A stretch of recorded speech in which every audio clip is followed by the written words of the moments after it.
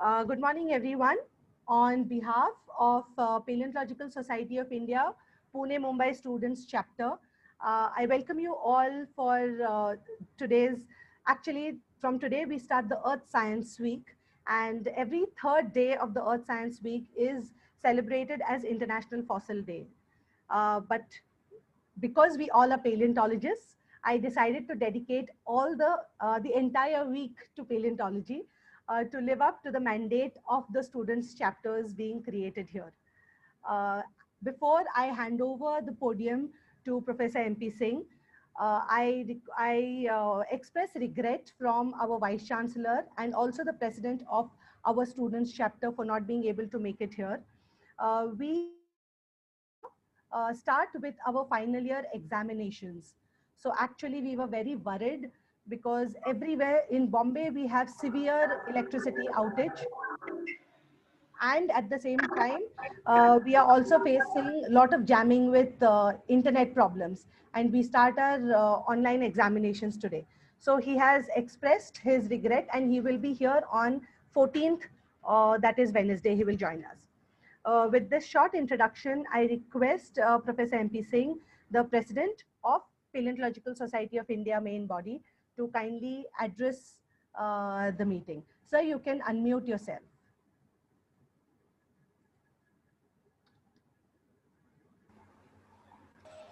So, good morning, everybody. Uh, on behalf of the Paleontological Society of India, I extend a most cordial welcome to all the viewers and listeners. And I'm so happy that our dynamic convener of this Pune Mumbai student chapter, Rajni Panchang, has organized this paleontological week. So I also welcome my old friend and the trilobite man of India, Professor Shom Shah. I can't see him. I think he has joined, isn't it? Yes, Where sir, is? he's joined. He's joined. Okay. So welcome, Dr. Shah. Where are you? Can you hear Right me? here. Oh, Right here. I can hear you. I can see you well, too. very nice, very nice. I am It's so a pleasure grateful. to see you after a very, very long time. Yeah, yeah, yeah. I am so And though virtually we are seeing each other, but anyway, it is a pleasure anyway. Thank you very much, Dr. Shah. You know, Paleontological Society of India since the last 3 4 years, we are organizing this International Fossil Day, sometime in the second or third week of the October, and I'm very happy that this time you are inaugurating this session. Actually, the whole idea is to popularize the science of paleontology, to tell the students and general public about the significance and importance of the fossils. And secondly, we are also trying to tell the people how to save the fossil localities and to establish paleo parks so that the students can visit and this science can be popularized. I'm sure everybody is keenly waiting for your lecture, Professor Shah. So I won't take much of your time. I don't want to stand between you and the audience. So once again, I extend my most cordial welcome on behalf of the Paleontological Society, and I am so grateful to Rajni, who is very dynamic, very active, and this is, I think, one of the best student chapter of the Paleontological Society of India. Thank you very much. Please go ahead. So thank you so much. Before I request our research scholar to introduce the speaker, I request everyone, please post your questions to the speaker in the chat box, and we will present it to the speaker at the end of the session. This meeting is being recorded and also being streamed live. So we will also be able to provide you the recording. And at the same time, I just request everyone to keep sending your questions. Yes. With that, I request Ms. Saurashri Lahiri to please introduce our speaker for today. Good morning, everyone. It gives me immense pleasure to introduce Professor Shom Shah, one of the pioneer paleontologists in our field. Professor Shom Shah was born in Srinagar, where he had his early education. He obtained his MSc and PhD degrees in geology from the erstwhile Jammu and Kashmir University from Jammu.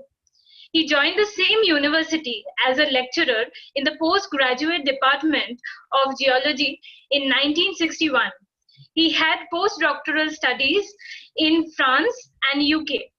After a brief stint as senior scientific officer in Wadia Institute of Himalayan Geology, he rejoined the University of Jammu, from where he eventually superannuated as a professor. He was also a visiting professor at Oregon University, USA. He has taught paleontology, stratigraphy, and environmental geology for about 40 years at the postgraduate level. He has supervised 13 students for PhD and 28 students for MPhil.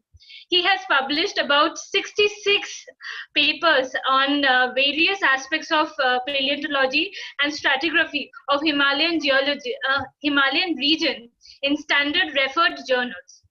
He has also published some books, including 2 textbooks on paleontology and stratigraphy for graduate and postgraduate students. His special interest, special area of interest, is Cambrian biostratigraphy, trilobite taxonomy, and evolution. He represented Asia for 10 years in Cambrian sub-commission of IUGS. So with no further ado, I would give the podium to Dr.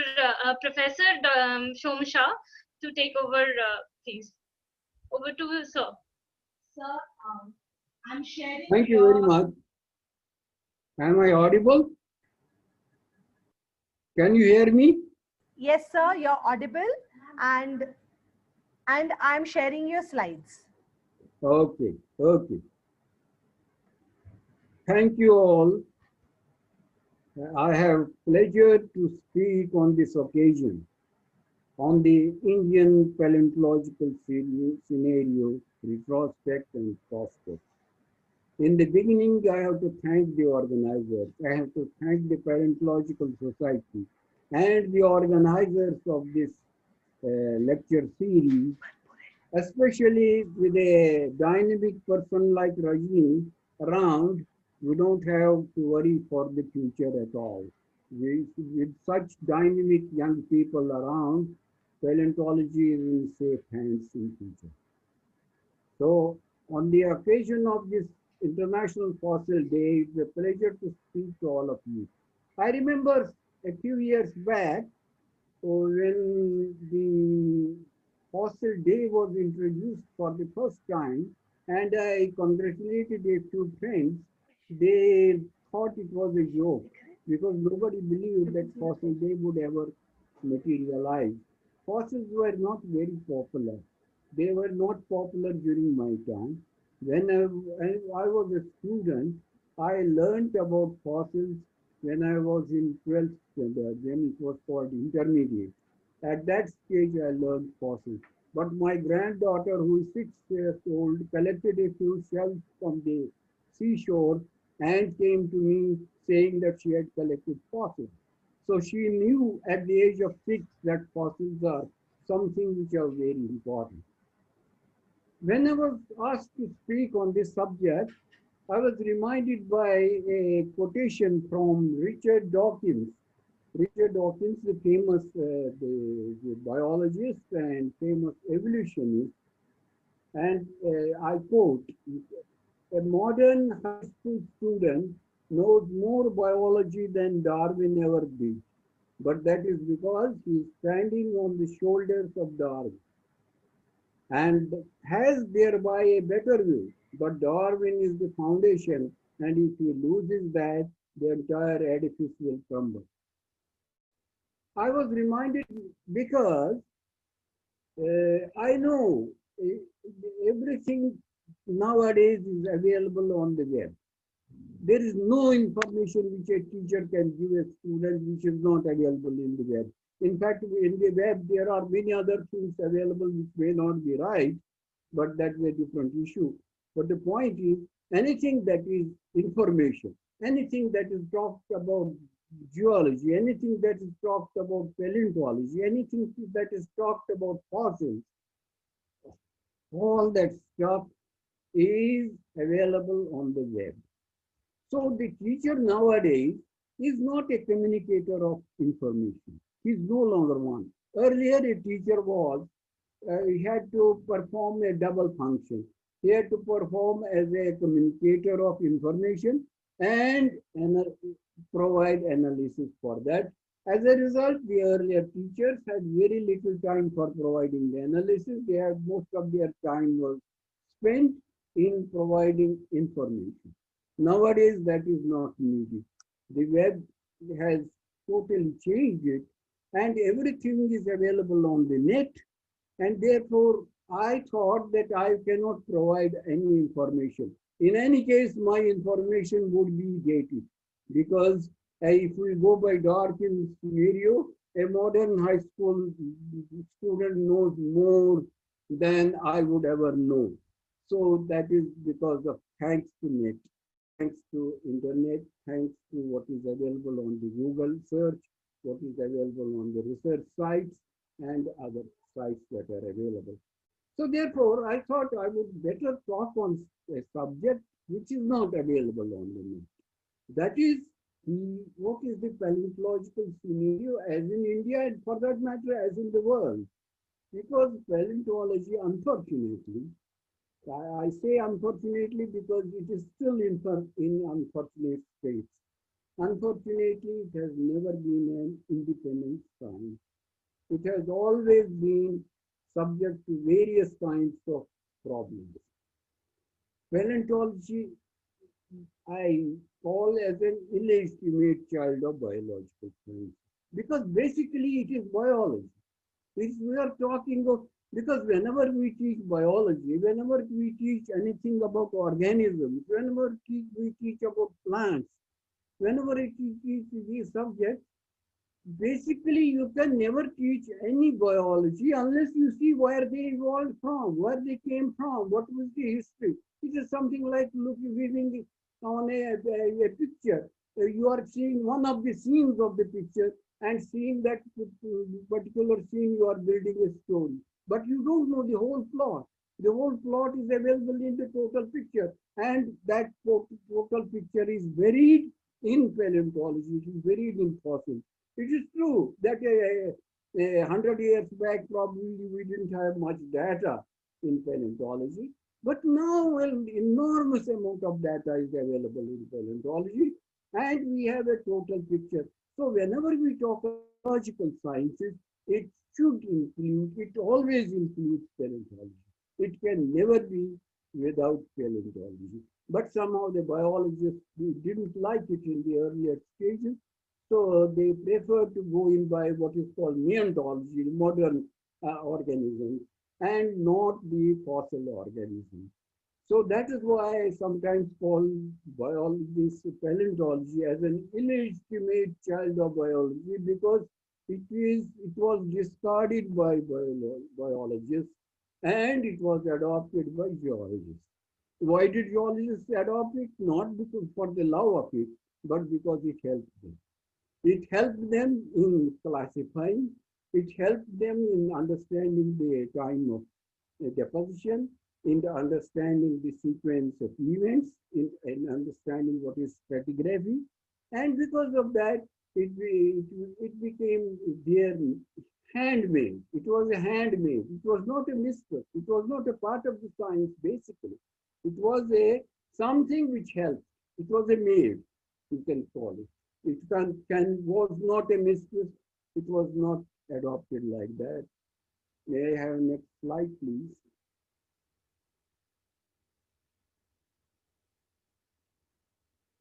Yes, the problem in paleontological studies is that the study has been directed not towards the development of science, but more towards the development towards its uses, towards its adoption. That's why, as a student, I was always taught what are the uses of fossils. Every teacher teaches these things, uses of fossils. But Is a paleontology only for uses? Is it not a science in itself? Does it not tell us about where we came from? Does it not tell us about the origin of life, about the development during the various stages and other things? That is not what bothers us. We are trying to find how it can be useful for life purposes. Now, paleontology had another problem because most of the paleontology developed in European countries. Because in India, we don't have, though we have a lot of knowledge about, in Rig Veda, we have knowledge about origin of life, but we have very little knowledge about the evolution of life. And very little, on evolution, we may have some knowledge, but very little knowledge about the, may I have the next slide for this? Yes, we have very little knowledge about about the fossils as such. So most of the fossil information is available from European countries, but European countries had a problem. They were mostly dominated by Bible, and they took biblical information rather too seriously because they are, or rather, let us say, not seriously, but at least literally, because literally, in say, world was created in 7 days, etc., about Genesis. It is not literal. It has a significance, but it is not literal meaning is not there. So the result was that they never believed in evolution. They never believed in that fossils could be useful. Though they discovered fossils, they were some of the earliest people to discover fossils. In fact, in India also, some of the Britishers were the earliest people who discovered fossils. But they were dominated by their belief that it was because of a Noahian flood. Again, the biblical Noahian flood had been Noahian Sorry deluge, to and as a interrupt result you. of that deluge, Sir, the uh, organism they Shobh sir, developed. That's why the fossils are there, सुनाई नहीं not they that they need evolution. Even a biologist of the order like Cuvier, who has done a lot of immense data, he has produced immense data on fossils, even he would never believe in evolution. Most of the Westerners, even now, do not believe in evolution. Those who are strong believers in Christianity or who take the book of Genesis a little too literally. Even they do not believe in evolution. But we don't have that kind of a problem in India. In India, we took to science, we took to biology, we took to evolution in a way because we always believed in evolution. Indians have always believed in evolution, though the data on fossils was provided, earlier data on fossils was provided by the authors, by the earlier authors, by all Britishers, most of them, because they were ruling us. But in spite of that, the Indians adopted to biosciences and adopted to geology, especially, very easily compared to the Western. Now, may I have the next slide? This is the second, third, fourth. Well, the fourth slide is India has made substantial contribution to paleontology earlier by the Westerners, but two names stand out prominently as far as Indian science is concerned. Those two names are Sahani brothers. We can never ignore what has been contributed by Sahani brothers. That is Birbal Sahni and M.R. Sahni. Birbal Sahni in paleobotany, M.R. Sahni in paleontology. Because Birbal Sahni was instrumental in creating a institution which stands very important as an important global institution in paleobotany. That is what is after his name. Initially, it was called Institute of Paleobotany, now it is Birbal Sahni Institute of Paleobotany at Lucknow. And M.R. Sahni was responsible for creating Paleontological Society of India, the ages under which I am going speaking at present. So these two names can never be forgotten. And incidentally, the progeny of this has also done very well, though in politics the progeny may be here because of their parents, but the progeny in paleontological science is not because of parents. They have developed on their own. And the progeny includes Ashok Sahni, who was the past president of Paleontological Society of India and is a name by himself. So that is how it evolved. And there were several centers where the paleontology developed.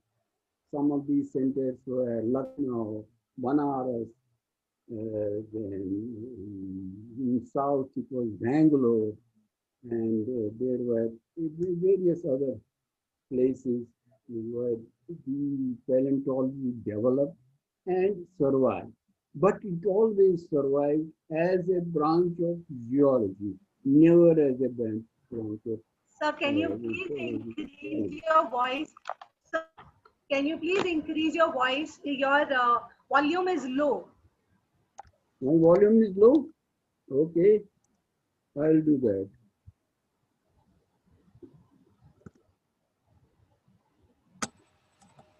Okay, is it better now? It is better. Yes, it is better, sir. Okay, now the Or if you can have your speaker close to you. I don't know where your speaker I is. know what it is all about. I know. I'll solve that problem. I hope it's okay now. Yes, sir, it's better. Okay, then I was talking about how in India the paleontology developed, but it always developed a branch of geology. Though, as I already mentioned, it has always been a branch of biology because it talks always of biology. But biologists have later on come to adopt it as one of their branches. But I'll talk about that a little later. But in the meantime, what happened? Something else happened all over the globe, but particularly in India. That something was that the organisms that were studied as fossils, they were larger organisms, but suddenly the oil was discovered, and in oil they suddenly found that the microorganisms were very useful for them. And again, paleontology became a handmaid for oil geologists. It was not because they wanted to develop paleontology. They wanted it to be used as a tool so that they could orient the wells, the oil wells, so that they could be correlated. One oil well could be correlated with another oil well, or one oil well could be correlated with the total scenario in a particular field, oil field, and it would save a lot of money if they were unnecessarily having drilling into those areas where there was no oil available. So it became a very useful tool for oil people because they could save a lot of money. And suddenly there was a boom into what is called micropaleontology. Micropaleontology is again an illegitimate child. Why? Because micropaleontology cannot be a branch. It's a part of paleontology. It cannot be a separate branch. But every textbook, everywhere you see, including the textbook that I wrote, we have a branch called micropaleontology. What is micropaleontology? Nothing. Anything that is studied under a microscope is micropaleontology. Even for that matter, as the technology improves, we'll study every fossil under microscope. What does that mean? That they don't become microfossils.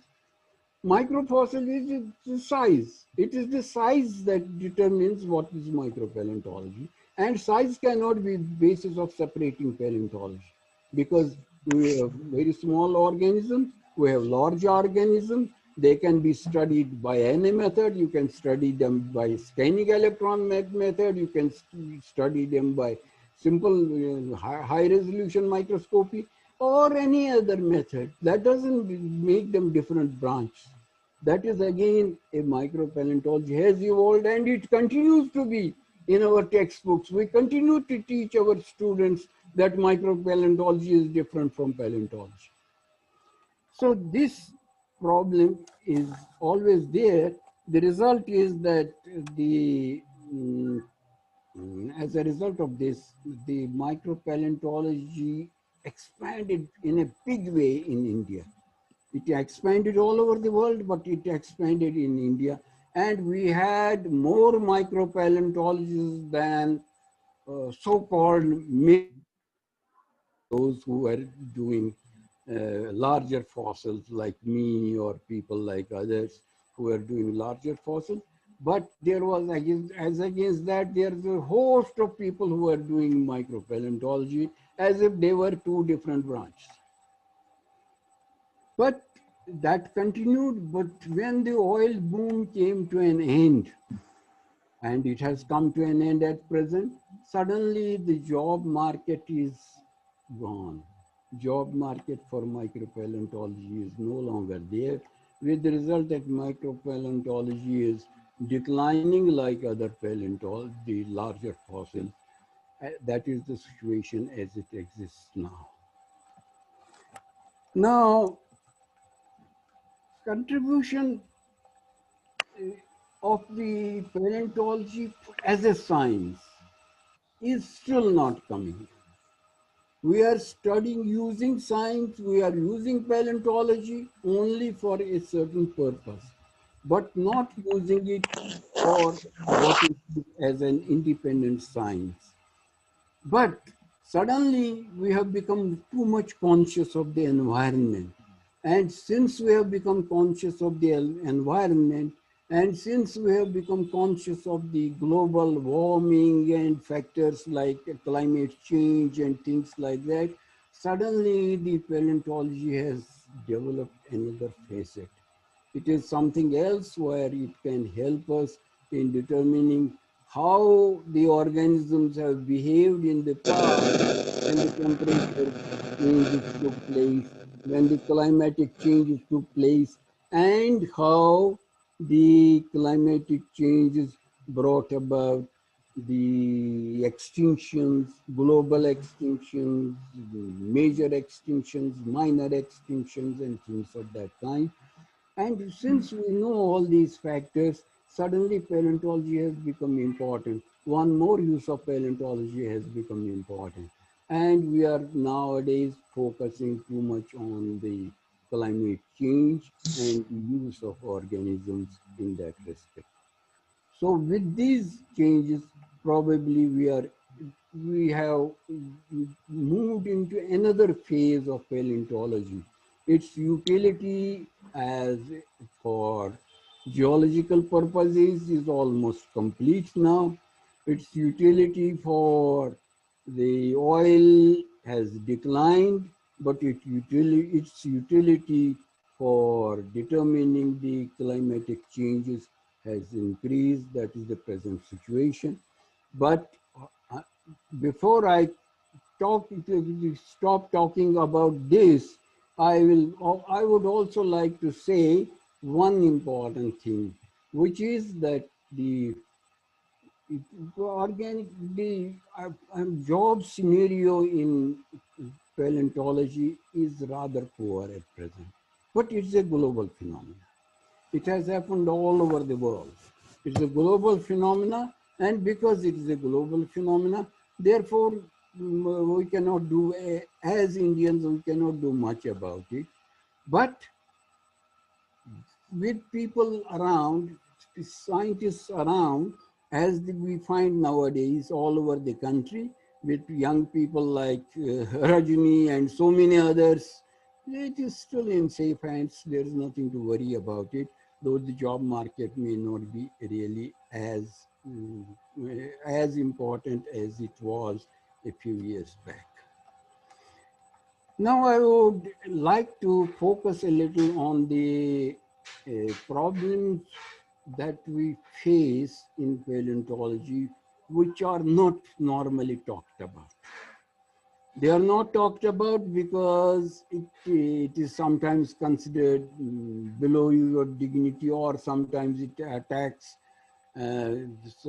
sometimes it attacks our earlier workers, sometimes it attacks our present workers, or sometimes it attacks some other workers. So we prefer not to speak. But for students, and especially for young workers, it is important to know what are the pitfalls. There are several pitfalls in fossil collecting, and those pitfalls have to be avoided. And we should specify what the pitfalls are. Unless we specify what the pitfalls are, we will not be able to correct them. One of the earliest problems in paleontology was about Beringer. Beringer was a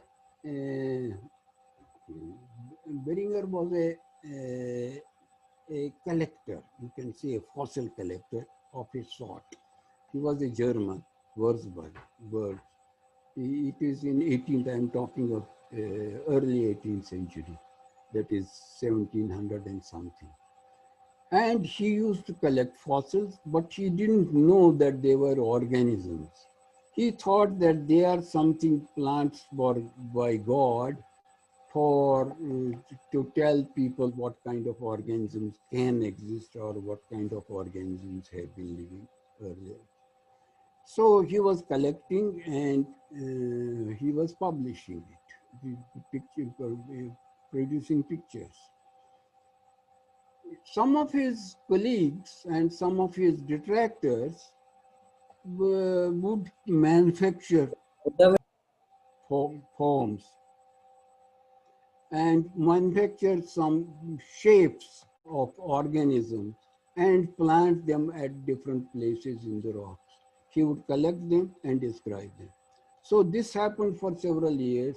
Then there was a trial immediately, and it was found that he was publishing something which was planted. It was the first fake in fossils. Though the fossil at that time he never believed that they were fossils. They had something. They were scientific, but in spite of that, this was one of the earliest frauds. Then another one famous fraud of fossils is about Piltdown forgery, Piltdown man. It seems that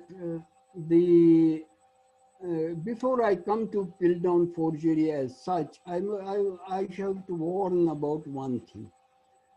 We have to tell something about how science operates. You see, most of the scientists produce a model.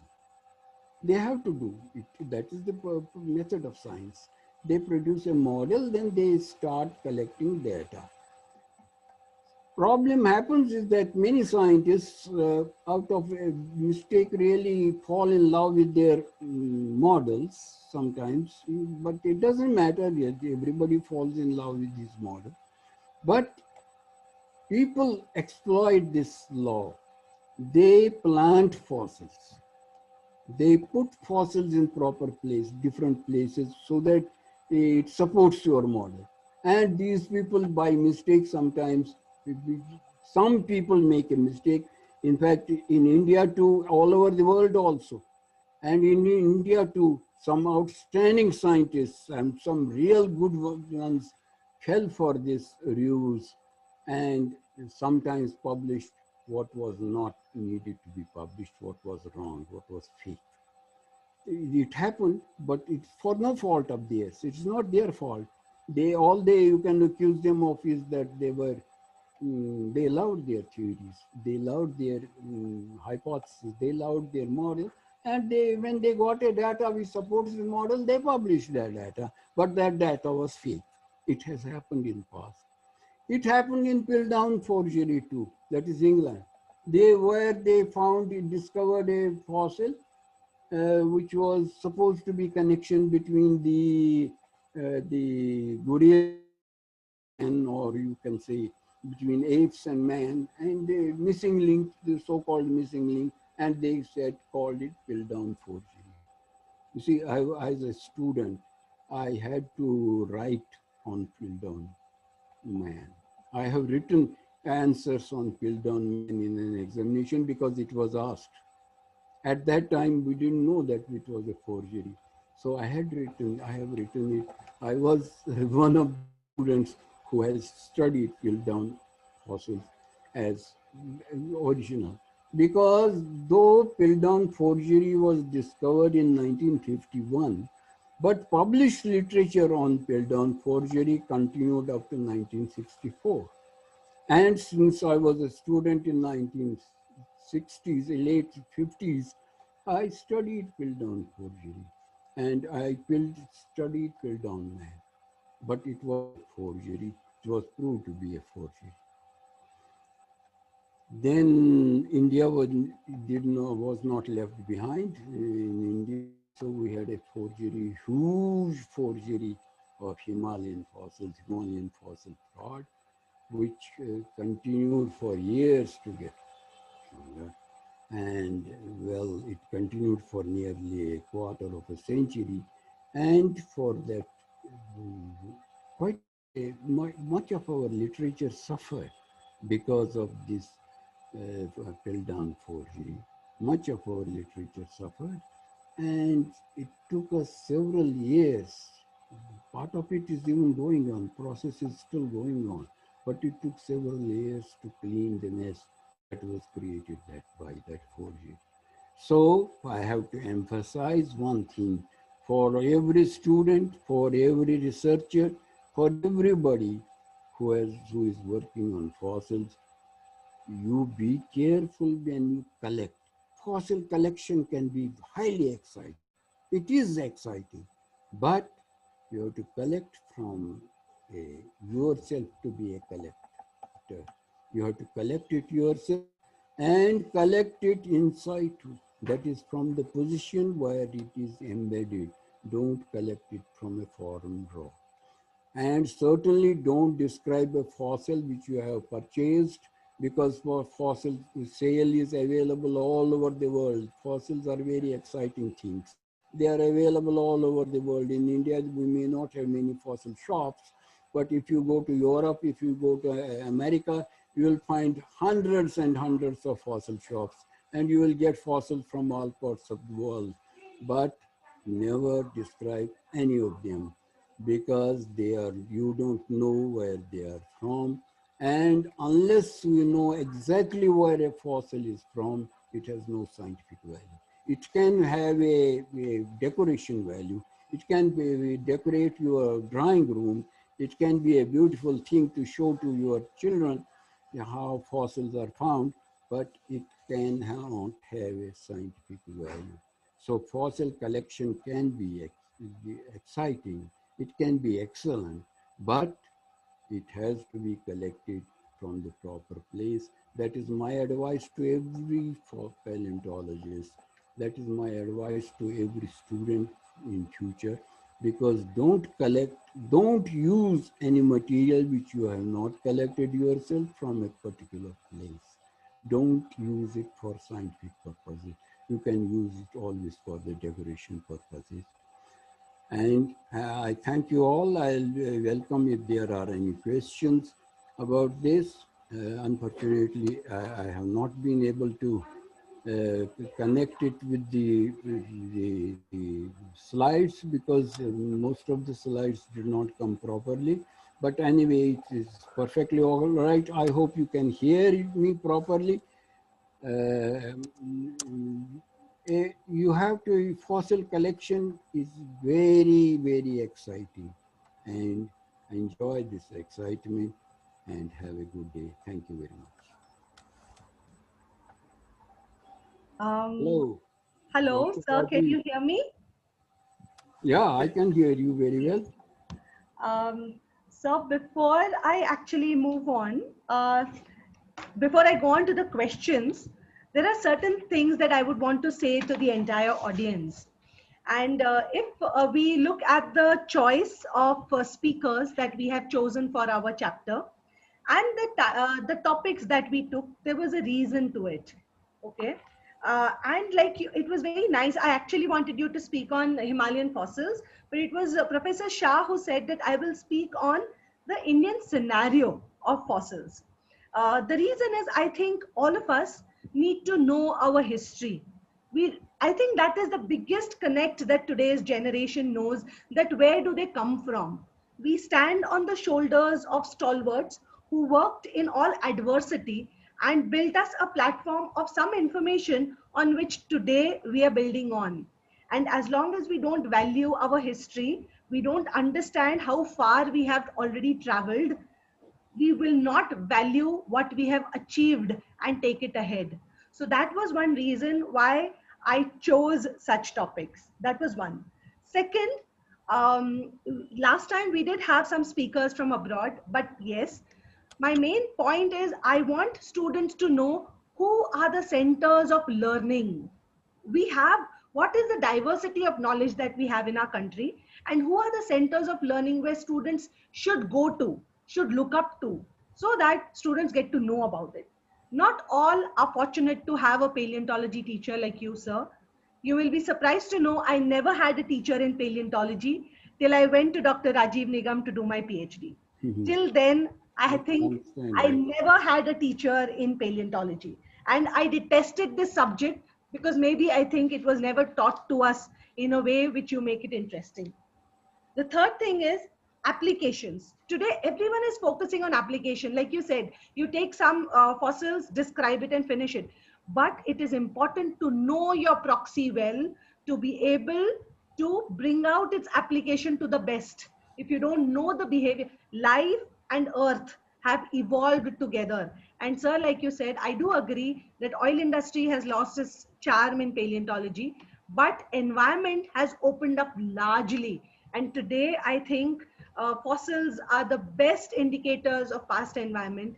And that is where sectors are opening up. And that is the reason I chose speakers who could actually teach us, tell us the charm, the secret, the uniqueness of every fossil that we are talking of. After that, I come to our first, before I open it to some people to speak to, one question that we received was, what could be the possible reason that you observe that there is a swift interest from mega or macro fossils to microfossils? Why do you think there is a shift in the interest? I think I can answer that question. The shift took place sometime in the middle of last century. That is when there was a major shift. The reason was the oil industry became the premier industry as far as economies was concerned. And since oil industry discovered that fossils could be very useful for them, so they took to fossils. So they employed people who knew microfossils.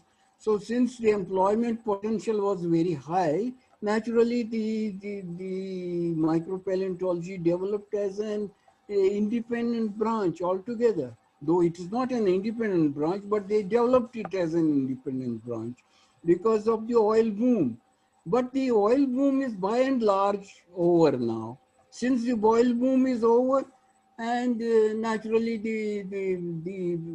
even the oil people have discovered that it is not only the fossils that give them the good correlation. There are other methods of correlation which are easier than fossils, for which they don't have to need a specialist like a fossil man. So the importance of micropaleontology has declined, and it is declining. It is not, there is no such branch as micropaleontology. Paleontology is all one, whether it is micro or mega or large, small. And after all, the organisms cannot be divided on the basis of size. This is that totally unscientific. there is no such branch. So naturally it declined. It had to decline because it was used as a handmaid for oil geologists, and soil geologists didn't find it useful. It declined. That's what happened. It happened in middle of the last century, and it declined sometime towards the beginning of present century. Any other question? Yes. In case there is any other question, I would request people to unmute themselves and ask the question and again mute themselves. Rajni, I'd like to come because there is a lot of discussion on oil geologist and micropaleontology. Am I allowed to Yes, speak? sir, please, sir. Professor Shah, thanks for the very nice and informative lecture covering the initiation of paleontology to present state. I come from the oil industry. I was working for 36 years in oil industry, and I started from the paleontology only there, subsequently looking after many things. So my opinion is that oil industry has still not lost the charm of micropaleontology. It is the greater problem of oil industry is lack of specialists.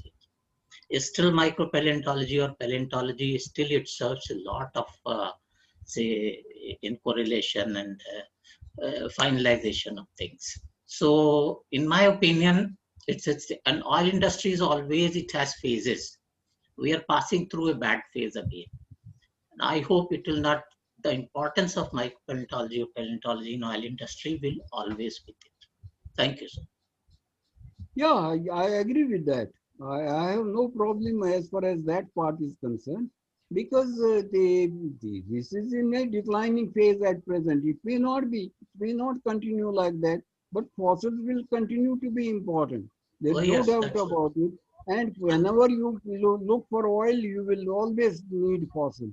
You cannot do anything without fossils. This is still the cheapest and I think the most economic and most reliable method to come to stratigraphic correlation. That's very true. The real problem is lack of expertise. That a world over oil industry is facing. Yeah. That is all, not only of micropaleontology, that is true of the total paleontological scenario. Agreed. The lack of enterprise is such that in India, we don't have specialists for a large number of organic groups. People don't know how to handle those organic groups, because they have you may have a few foraminifera specialists, you may have few conodont specialists, you may have few ostracod specialists, but they are very few. They are limited. Yes, very limited. And there are so many groups of organisms for which you have no specialists at all. But nobody knows about them. That is true.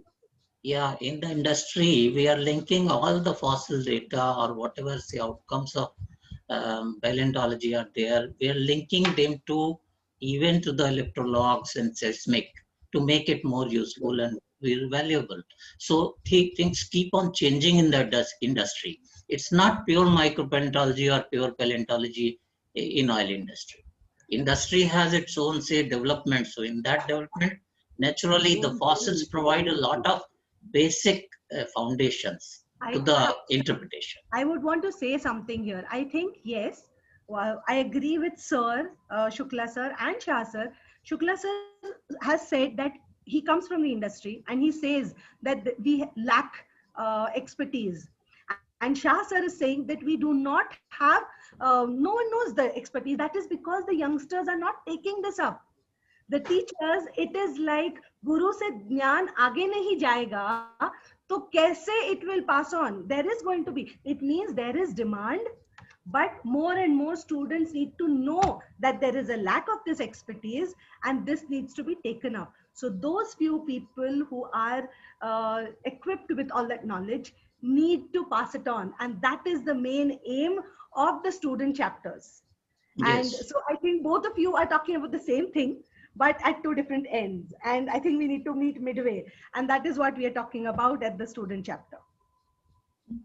Right. Nigam sir, aapko kuch kehna hai?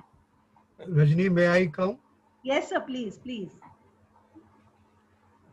Okay, now since I have grown old in the subject, and I have grown old after seeing so many of my seniors like Professor Singh, Professor MP Singh, and I'm very happy to see the lecture by one person whom I respected and grown old after seeing him, Dr. Shah. Dr. Shah, thank you very much for delivering the inaugural lecture in such a lucid language. And I have two submissions. The first submission is about the fraud in paleontology. It's good to report if somebody is doing fraud, but it's a very counterproductive. I will tell you with my own example.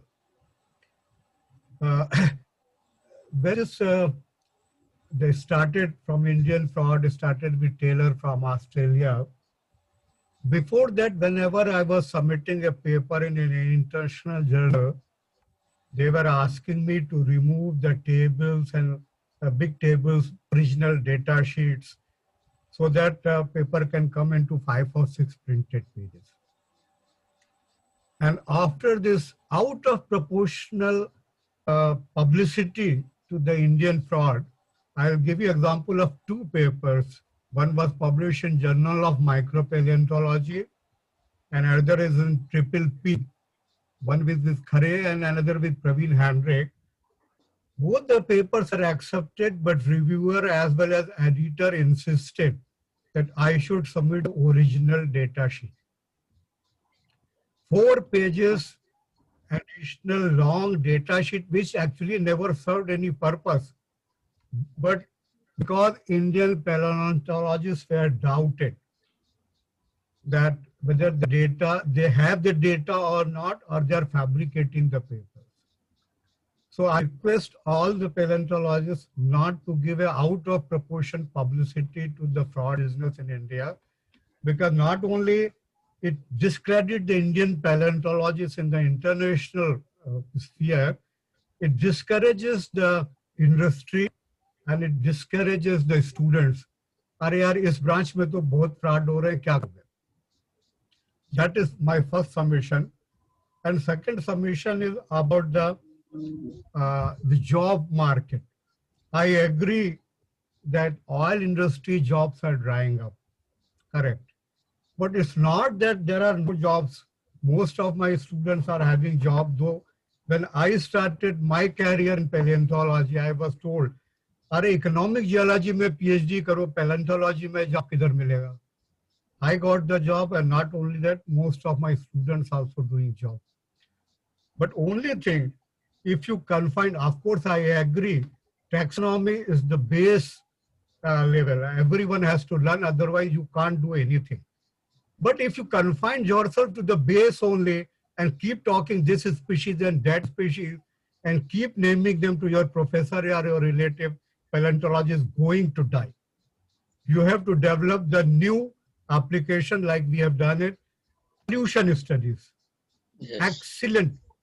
Where the chemistry is failing, where the physics is failing, okay, to detect the pollution. I know about marine environment. I will touch the subject if time permits my lecture. When industries are able to fool the oceanographers or the subjects, a paleontologist can give you a better proof about whether pollution existed or not. And many of this, pollution board, because I have worked both. I work for industries, I work for academics. I know that now this pollution studies are gaining ground and people started believing that microfossils can give you a better idea about pollution. Archaeology is another branch coming up, which need the microfossils or the megafossils. So it is actually up to us to give the new applications to the paleontology. It does not depend whether it's megafossil or it is a microfossil. See, climate research, which is generating a big job. Now, monsoon studies. Yes. Okay, we are giving the applied aspects when we talk about cyclicity and when we predicted the coming years will have a better monsoon, which turns out to be good, correct. Okay, sea level studies. So it's not that I again insist to the students, don't get discouraged that paleontology will not give you the job. Paleontology will definitely give you a job, but like many other branches, you are also facing that tough competition. But those who have a good track record in publication, they know that's our job. Thank you. Sir, Well- yes. MP Singh sir. MP Singh sir. I think what Rajiv has said is very true, but to some extent what Dr. Shah has mentioned, I mean, he has just advised the newcomers that how to collect and don't fall in the over excitement. So you have to prove your model so you can go to any extent. So that is the, I think, the whole idea of Yes. the Shah's Yeah, lecture. that's true. That's all. Thank you. May Really. I say a few words? Sure. Yes, sir. Yes, sir. Yes, sir. Please. Professor Nigam is an old worker, and I know a very seasoned worker in this area, especially in the area of micropaleontology. And I appreciate what he has said. Everything. But my submission about the fake things in fossil was not meant for an international audience. It was meant for an Indian audience. And Indian audience should understand where we have mistakes. You see, mistakes can take place. We have to be very conscious of what we do and what we don't do. It is not meant for international audience and for publication purposes, because publishers nowadays, you see, it is because we dragged a controversy unnecessarily for 5-6 years because we didn't admit it in the first instance. Had we admitted, probably so much publicity would not have taken place. The publicity, global publicity was a result because we in India did not accept that we have made a mistake. A mistake has to be accepted and admitted. It is not in India only that such mistakes have taken place. They have taken place all over the world. That is where there has been. Correct. But in India, what we have done is we have created a big story out of it for 6 years. For 6 years, we published with the result that international people thought that Indians are all thieves. Hey, Dr. Shah. That is where we made a mistake. So we, as Indians, we should understand where we make a mistake and we draw from it. What is there? If somebody is a fraud, say that it is a fraud. Finish it off. Professor Shah, just, I mean, the point you are referring, particularly, I don't want to name that person for fossil fraud, everybody knows. Actually, some very stalwarts, they tried to defend him. That was the whole problem. That was the problem. That was the main problem. That was the main That problem. was the problem. That was the problem. That is what I am against. Otherwise, everybody commits mistakes. What is there? It has happened all over the world. Committing a mistake inadvertently and knowingly doing something is Knowingly two doing different is things. different, but in knowingly also other places it has happened. It Yes, is not yes. as if India is the only country where it has Yeah. happened. Okay. It has Very happened Can everywhere. is there anyone else who has any questions? Dr. Parcha, I can see Dr. Parcha here. I can see Dr. Vandana Samant here.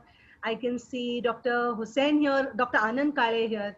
Anyone who wants to say something, if you could please unmute yourself and pose your question to Dr. Shah.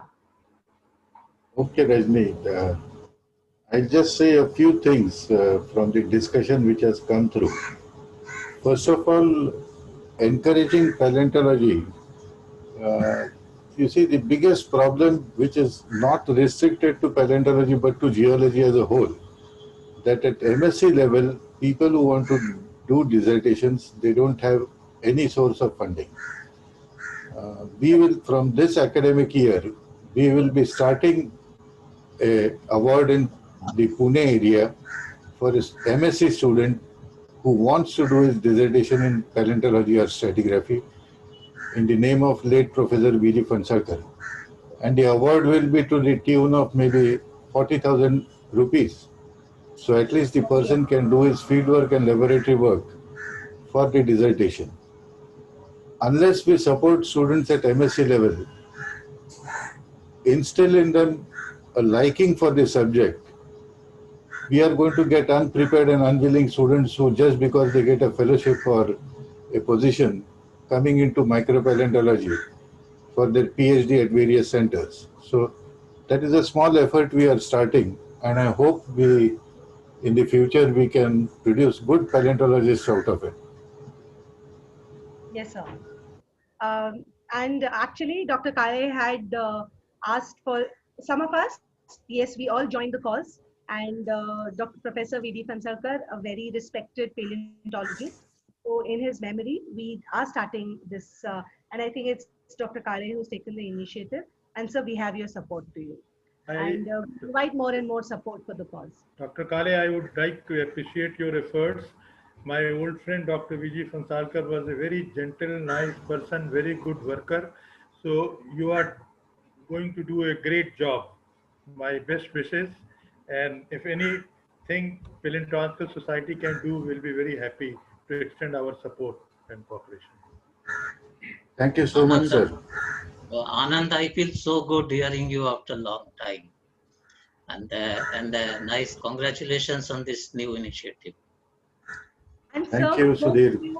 About the oil industry, we are all talking about sequence stratigraphy. And I think even in sequence stratigraphy, microfossils are one of the strongest proxies which strengthen sequence stratigraphy. And I think Anand sir and Sudhir sir will put some light on this. Am I allowed, Rajini? Yes, sir, you are. So let them just complete their answer. I just posed a question to them. Okay. See, okay, I answer. Probably Sudhir will also agree with me. Yeah. The basis for any stratigraphy, especially from the Proterozoic onwards, has to be paleontology. Because unless you get the context of time, paleontology is the easiest method by which you can determine the age. You can have sophisticated radioisotope dating techniques, but it's a costly affair. So at least from Proterozoic onwards, you definitely have the role of paleontology to work out any type of stratigraphy you want.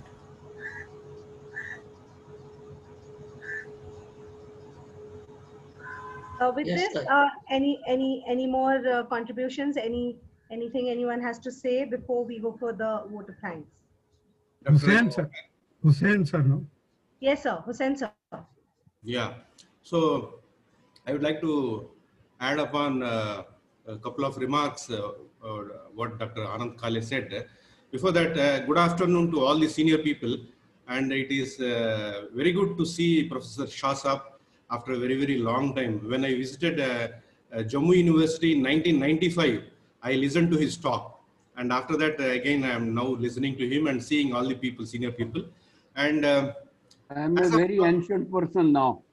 Then I was a younger man. No, you have listened to him in Dehradun also. No, he gave a presidential address, I think so. yes. Yeah. And and this type of encouragement, I mean, the award in the name of V.G. Phansalkar, it is really encouraging. Not only that, this particular Fossil Day organization, it really gives a focus to popularizing the fossils and microfossils so that we can attract more youngsters.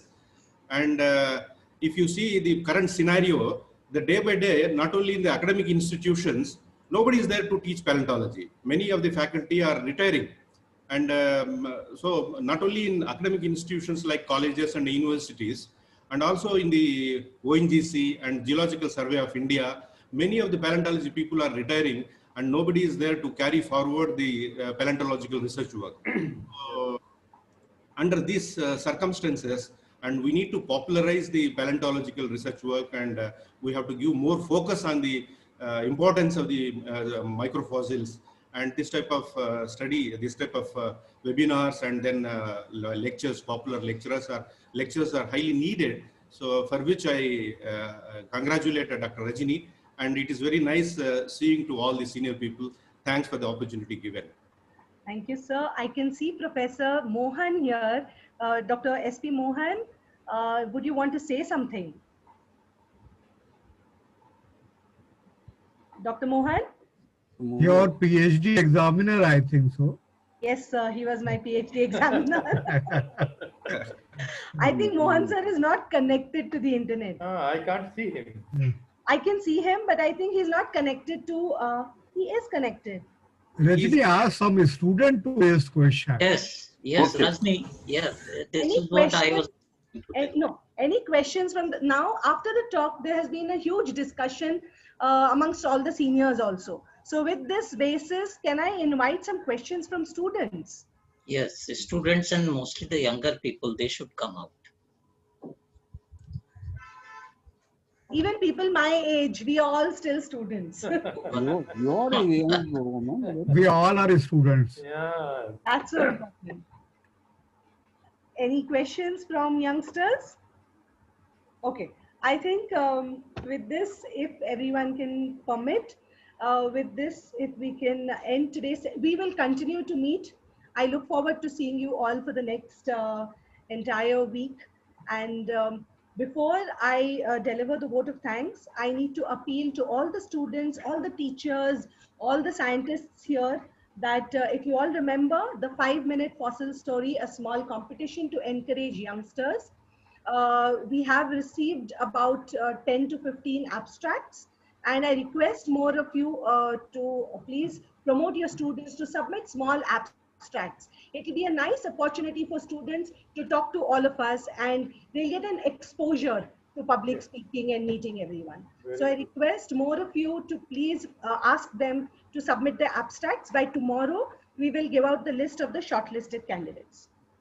With this, I just want to remind everyone that tomorrow we will have Dr. Kantimati Kulkarni delivering her talk at 11:30, and we'll again meet tomorrow in the morning at 11:30. And sir, आप कुछ कह रहे हैं, निगम sir? Rajni, Yes, this Zoom ID and password will remain same for 5 lectures? Yes, sir. It will remain same for all the 5 days. Okay. Okay, thank you. Yes, sir. Very So good. with this, if with the kind permission of everyone, I take this opportunity to deliver the vote of thanks. First and foremost, I extend my gratitudes to the Paleontological Society of India, the parent body at Lucknow, that they thought that Pune was worthy enough to have a student chapter. Along with that, it would be not the the unwavering support of our Vice Chancellor, Professor Nitin Karmalkar, who is also the president of our student chapter, who himself is a geologist but not a paleontologist, has given complete support for all the activities, and he has supported us without any second thought. And if you all know, he has also promised that he will bring back the lost glory of Pune, Bombay, this area that we have lost in the past 40 years. And everyone can only see me, Rajni, but what we are doing in this chapter is not a single-handed effort.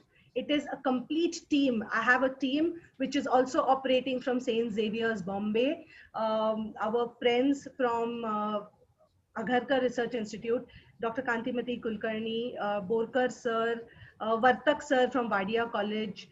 Then we have Tushar from Agharkar Research Institute, my friends and colleagues, Dr. Shweta Gurau from St. Xavier's College, Dr. Praveen Hendricks, who's the head of department, Amruta, who's working for Dr. Amruta Paranspe, who is Dr. Anand Kale's student, who's working for Emerson's, and a huge support from our students and research scholars.